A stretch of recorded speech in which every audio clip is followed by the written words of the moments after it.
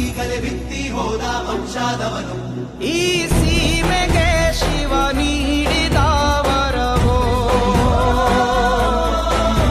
ಈ ಊರಿಗೆ ಇವಾಲದ ಮರವೋ, ಮೂರು ಸುತ್ತಿನ ಕ್ವಾಟೆ ಗಸ್ತಿಗೆ ನಿಂತ ಗರಡಿ ಮನೆ ನಾಯಕ, 6,000 ದಂಡು ಬಂದರು ಬಿಡನು ಕಾವಲಿನ ಕಾಯಕ.